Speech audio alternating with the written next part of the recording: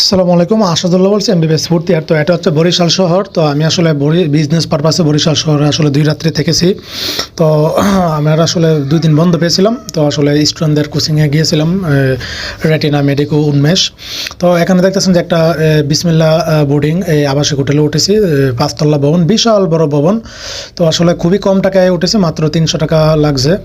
তা রুমটা দেখতেছেন খুবই সুন্দর। আপনাদেরকে এই যে রুমটা 505 নং রুমে। তো এখানে একটা সোফা ছিল, একটা খাট, তারপরে হচ্ছে আপনার আয়না, তারপরে হচ্ছে চেয়ার টেবিল, তারপরে হচ্ছে ওয়াশরুমটা দেখতেছেন। তো এখানে এসে আপনার বিষয় হচ্ছে বইটা দেখতেছেন, আমার কাব্যগ্রন্থটা রাত্রে পড়েছিলাম। বই আমার ব্যাগে একটা না একটা থাকেই। আর রুমটা আসলে ভালো লাগেছে, মোটামুটি সুন্দর। 5 তলা ভবনে ছিলাম, বিশাল বড় হোটেল। আর হচ্ছে অ্যাটাচ বাথরুম ছিল। তো বাথরুমটা মোটামুটি সুন্দর দেখতেছেন। তো এই কম টাকার মধ্যে এরকম ভালো মানের হোটেল আসলে খুবই